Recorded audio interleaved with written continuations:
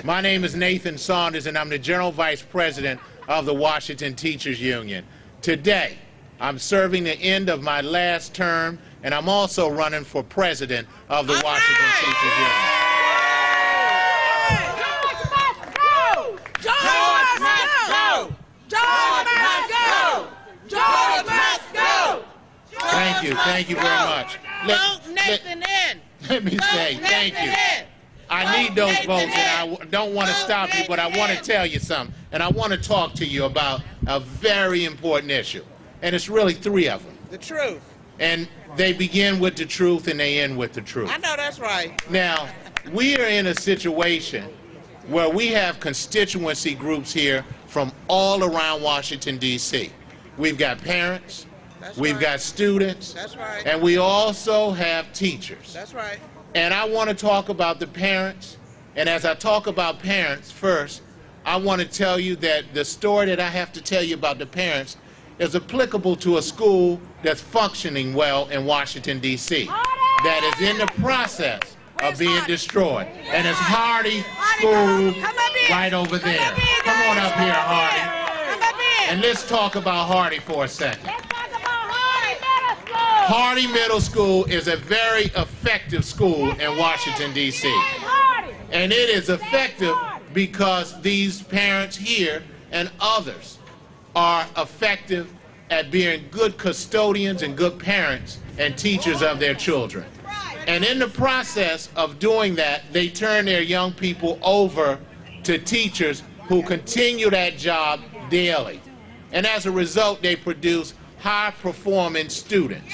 And they're high-performing students as well as high-performing human beings. And what's important is that last aspect. We educators, parents, and students are very concerned about young people getting an education, not young people being tested to death. And that's a problem. Now, the Hardy parents are forced into a situation where this D.C. Chancellor, Michelle Rhee, seeks to disband the real academic program at Hardy Middle School. And by disbanding that program, what she tears apart is a community and families who are concerned about progress and who statistically, morally, and ethically have been moving young people forward. And so, Hardy, I want to commend you and I want to thank you for being here, and I'm sure you're going to have an opportunity to speak. But the next group of individuals I want to speak about is a group of individuals who have been deeply hurt by this type of competition associated with Race to the Top. These individuals are good teachers, and as a result of being good teachers, they were, unbeknownst to them, riffed, is what they were called. But the truth is, they were wrongfully terminated. We were wrongfully terminated. And in the process of being wrongfully terminated, they were further victimized. And they were victimized by statements heard all around the country and all around the world. Right here. And the statements were made to suggest that they were child abusers and individuals who were distorted in some other fashions.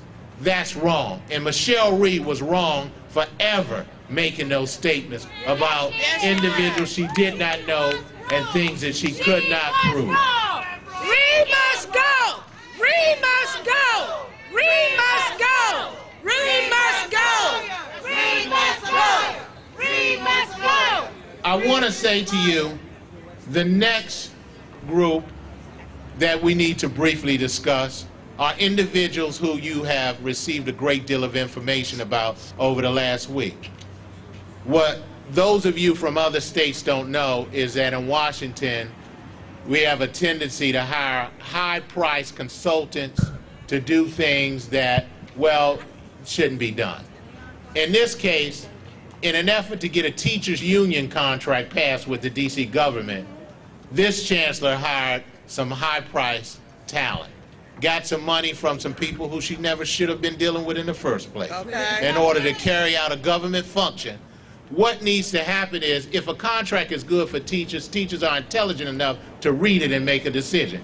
You don't have to spend millions of dollars to convince them. We read and we educate children every day, and we're competent enough to read a contract and know what's good. 103 pages. But what's happened here is this. The mayor and the chancellor and the current president came out, and the president of AFT this Wednesday, and talked about what a wonderful job they had done, and they saluted each other and patted each other on the back, and they told each other about how much they loved them, each other. The problem is they did not release the contract. Exactly. Well, I want to say to you, the contract is now released, and it is on the website of the Washington Teachers Union. Don't vote for it! And what I want to further say to you is that if you read the press package, you probably would have been in love with it. But if you read the contract, there are some problems with it. And I want to tell you about some of the problems that are with this contract. Okay. Everything that pertains to what this chancellor can do to you as a teacher is well defined and specified and drawn out, and it is as hard as Chinese mathematics. Now, where it comes to what is owed to teachers from management, it is very soft and flexible and pliable, and it uses words like could, might, should, and possibly.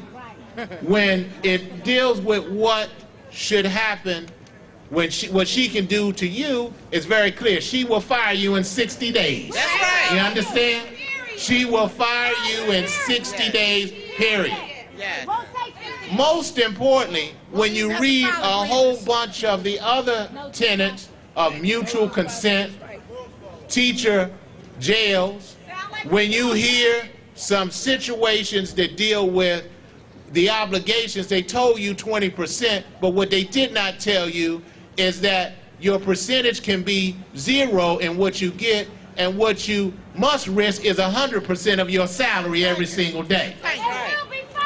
Let me say to you, in Article 40, I thought that this would be a complicated matter, but Article 40 makes it very clear. Many of you, in reading that are familiar with D.C., thought that, well, it's a lot of protections. Our chief financial officer, Natwar Gandhi, will have to approve this, and the money is guaranteed. No, it's Our not. city council will review this, and they will protect the interests of the residents, and they will protect the interests of the citizens and the children. Well, Article 40, which is on page 103 of the contract, tells you what will happen and what is promised. It is not the it's not the press package. When you go to court, you don't take the press package, That's you right. take the contract. That's right. The court is asked to enforce the contract, right. not the press conference. And I want to read to you Article 40, which states sufficient funds. 40.1. Now, all of us in this audience are not lawyers, but we got real good common sense. All right. And 40.1 says that the parties agree that all provisions of this agreement are subject to the availability of funds. Now, let me further help you understand the nature of Washington, D.C. Today, we have a $500 million deficit. Today. I don't think that funds are available in Washington, D.C. Today. Let me read to you 40.2. Nothing in this agreement shall be construed as a promise that Congress and the D.C. Council or any organization shall appropriate sufficient funds to meet the obligations set forth in this agreement. So what does this mean after all? It means nothing. It means absolutely nothing. This is the part that they did not include in the press package. We have got to wrap this. It is important that you focus on the rights that you lose, the rights that you must take seriously, and the rights of your fellow teachers in classes and day-to-day. Parents want empowered teachers teaching their children to become empowered. The children need empowered teachers representing their interests when parents are not there on a daily basis. Let's work together. Let's keep the fight strong, and let's move it forward. Thank you very much.